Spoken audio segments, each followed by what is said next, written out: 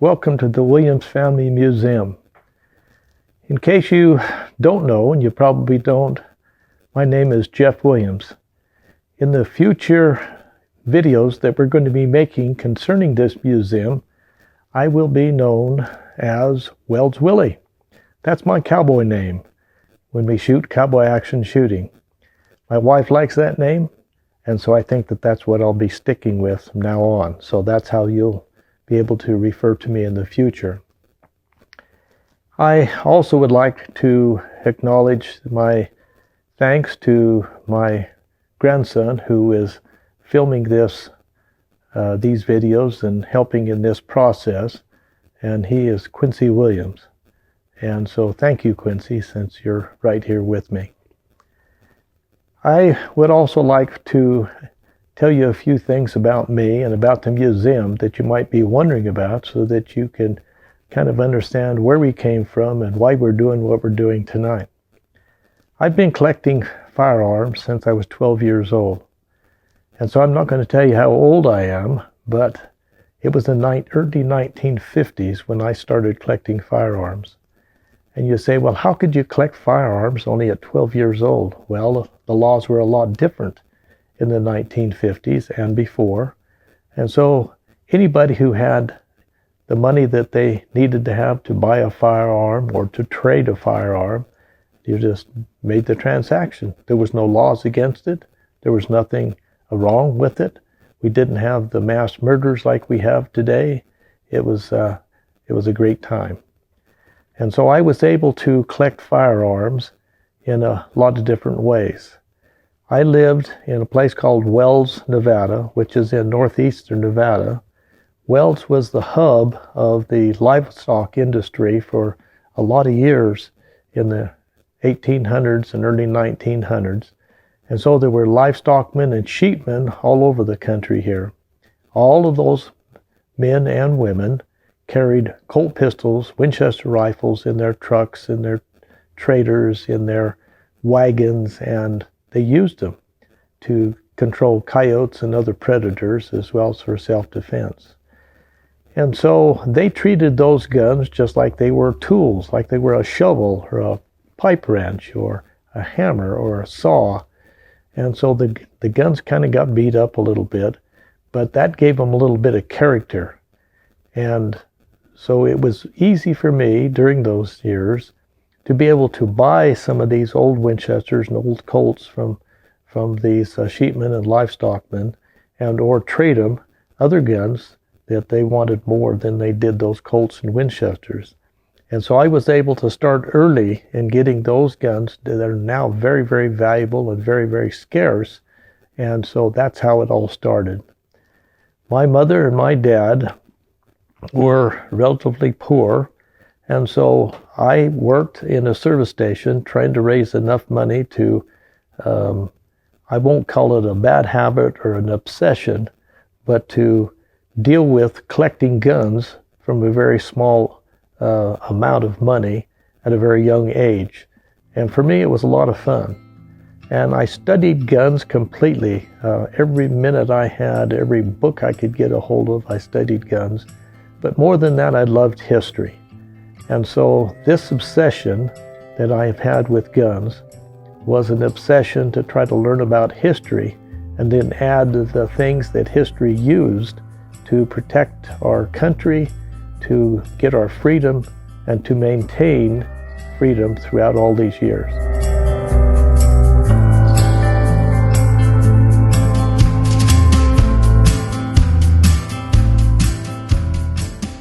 Okay, my friends, let's take a look at the museum and some of the displays that we have here.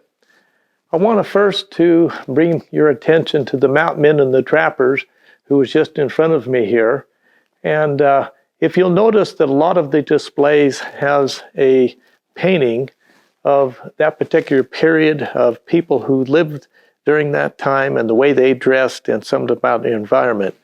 I learned a long time ago when I was dealing with kids, especially those kids that were, say, 8 to 11 or 12 years old, if all you show them is steel and wood, they get so bored they don't even want to be in here. But if you show them just a picture of people who were painted and how they dressed and the environment they lived in, it draws a whole new interest.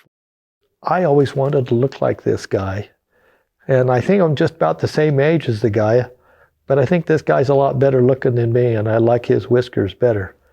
But this is an old mountain man, and it was a painting that I bought when I was in Ohio, and it was called Too Long in the Mountains. And so I think that that's probably right. Look at the tan on that guy's face. So this is the period from 1790 to 1840.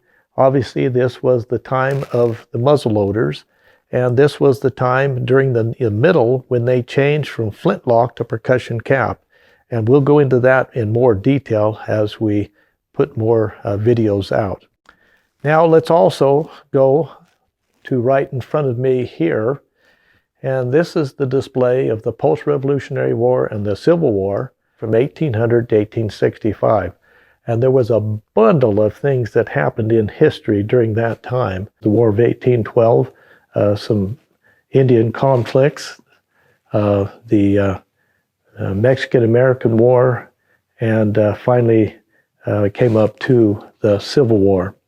And one of the guns that you might keep your eye on here is the gun just above the picture, which actually had its beginning during the Civil War. And it was made actually from 1860 to 65. And that rifle just above the picture is a Henry repeater, probably one of the most sought after and most collectible guns in the world at current time. I thought at one time in my life I couldn't live another day unless I could get a Henry repeater.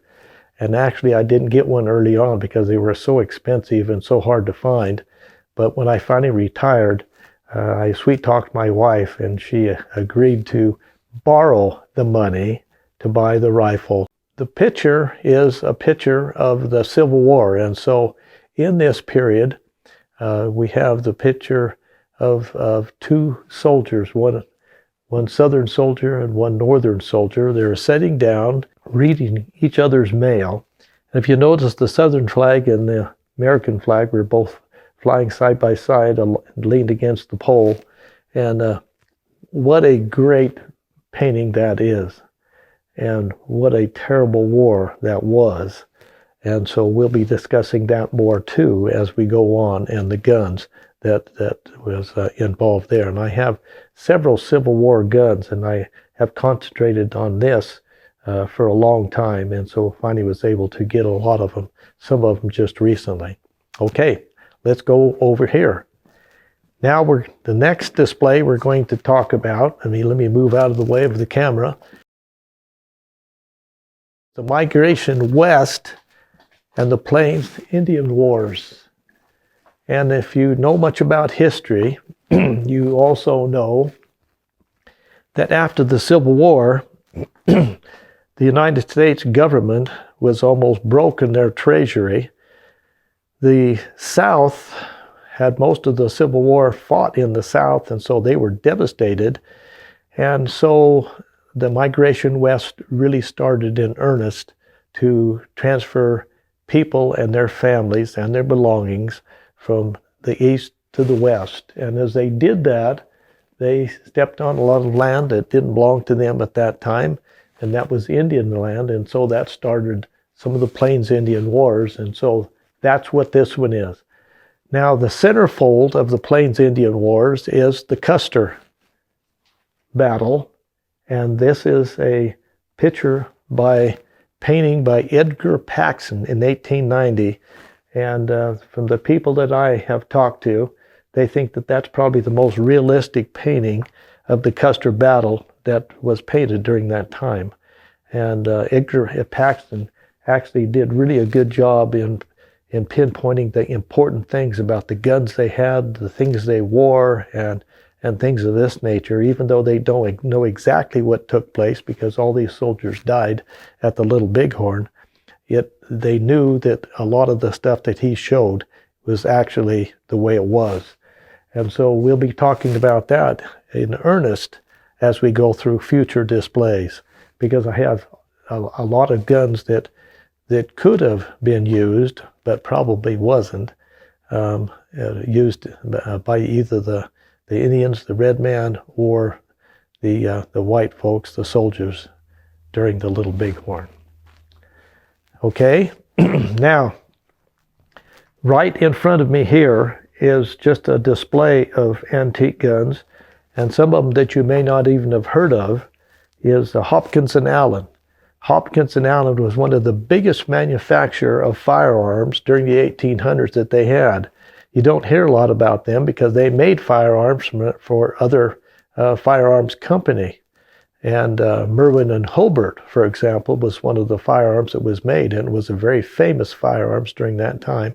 I have several Merwin and Hobart guns here, and we'll be discussing those too as we go on. Okay, let's go a little bit further. If you notice above the door here, it says the Spanish-American War, 1891 and 1903. That was an interesting time. There was a lot of things that really happened that we don't really know about, and we've never heard about over these years. This was the first time that we stepped foot outside the United States to fight a war. And so this was the time period of the Spanish-American War, Philippine Insurrection, Boxer Rebellion. It was also the very first time that we had bolt-action rifles, and we'll be discussing a lot of other things when we actually have a special video prepared for that. Next to that is the war that was called the Great War during that time, and it was the First World War. It was the war where the soldier that was the most decorated soldier in the First World War was Sergeant Alvin York. We'll be talking about him when we talk about the guns and things that he did and some of the heroic deeds that he had.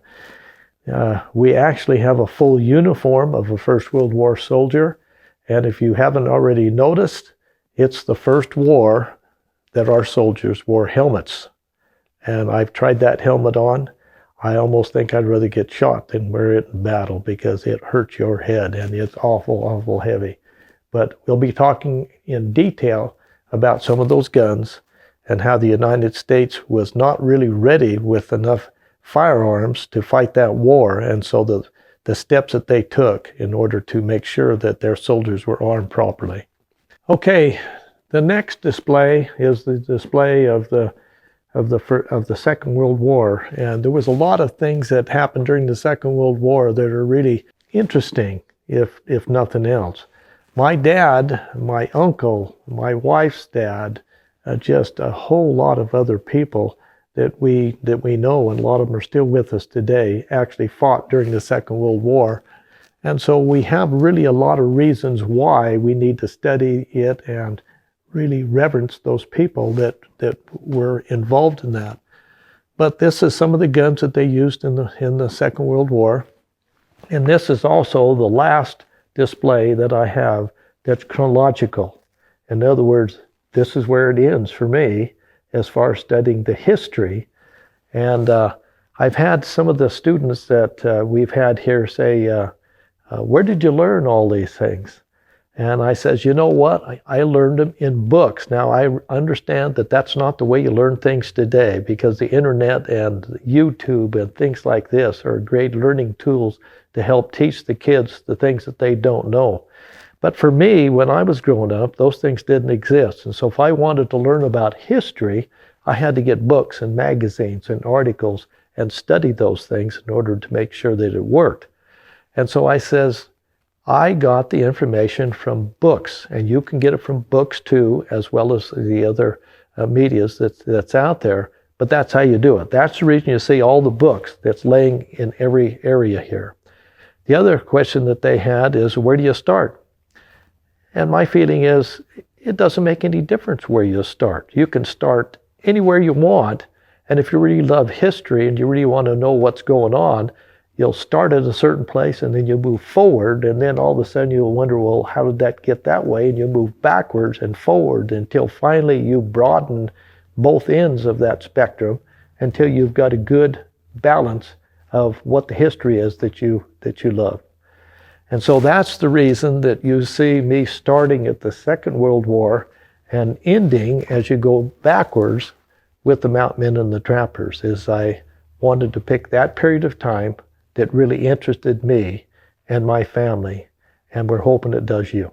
Okay, be aware that as time goes on, we are going to have a lot more videos concerning the displays that you're seeing here that will be in more detail and so forth, and they'll last from 10, 15, 20 minutes because we know that that's about as long as you can stand to look at me and listen to what I'm saying. But it'll last for 15 to 20 minutes. We'll explain everything that I think is necessary so that you'll know as much about those displays as I do. And I think that that will be most interesting to you.